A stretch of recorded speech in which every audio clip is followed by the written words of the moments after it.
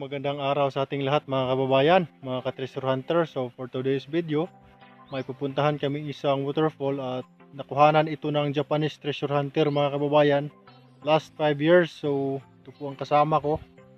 So before kami pupunta doon, gusto ko po magpasalamat sa aking mga subscribers at sa mga solid viewers sa channel na ito. At sa mga hindi pa nakasubscribe, mag-subscribe lang kayo para lagi kayong updated sa susunod kong explorations mga kababayan. Next video na po ako mag-shoutout, at sa mga gustong magpa-shoutout dyan, mag-comment lang kayo sa baba para ma-shoutout ko kayo sa susunod kong videos mga kababayan.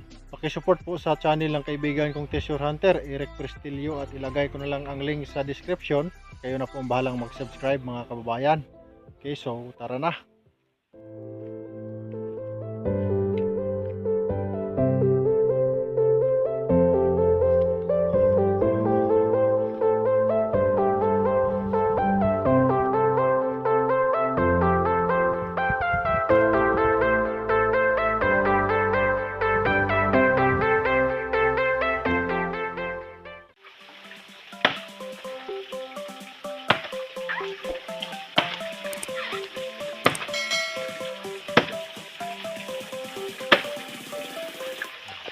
Ayan.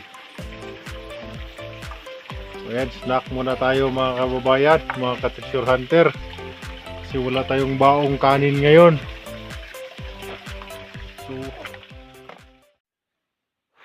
So malapit na tayo mga kababayan. Mga 100 meters na lang ang lalakarin natin. So doon tayo pupunta sa lugar na yan. Okay, stay tuned lang kayo dyan.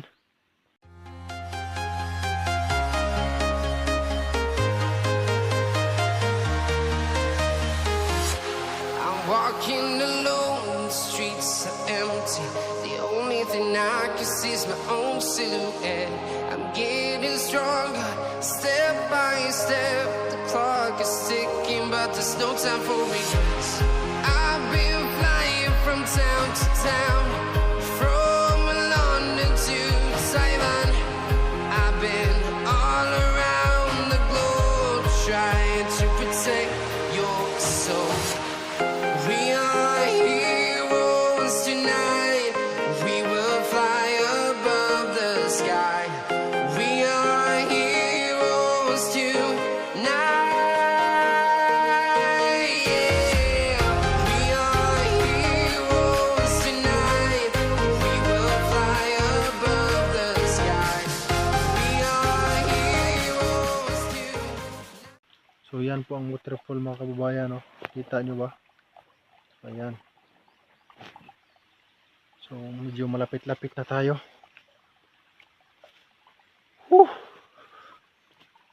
Okay, so ito ang butas ng mga Japanese treasure hunter mga kababayan.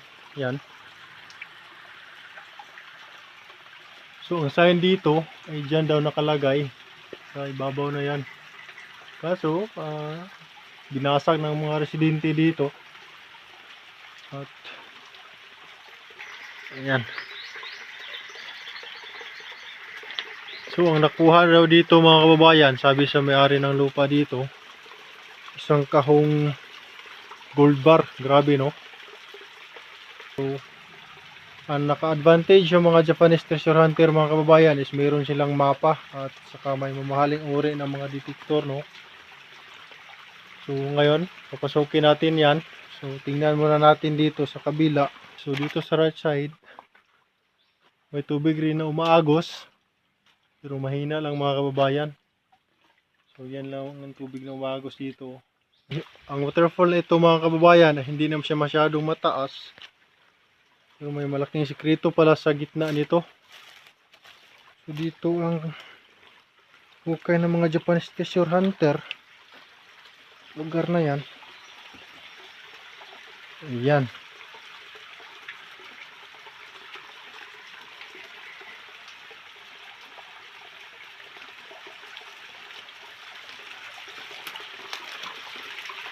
Ayan mga kababayan, no? So, kaya lang hukay dito, hindi naman masyado malalim. So, okay. Pasukin muna natin mga kababayan. Treasure hunter. Oops. Ito na. Medyo malakas ang agos ng tubig dito. Oh.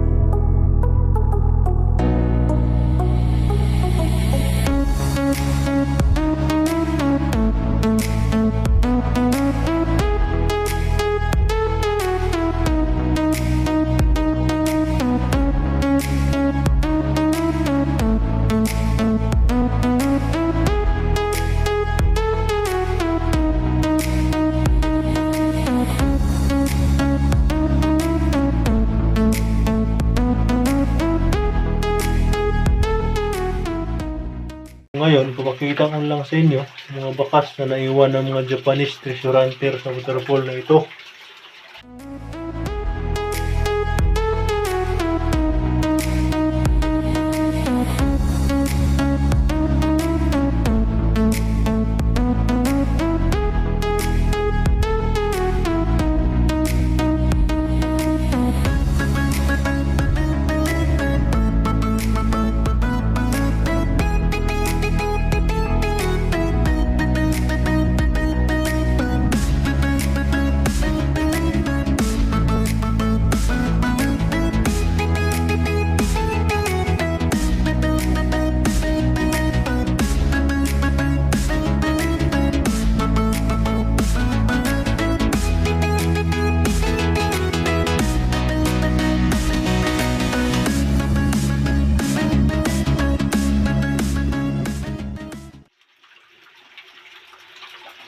So, labas muna tayo. Malakas ang agos ng tubig mga kababayan. Ayan, nabasa pa ako.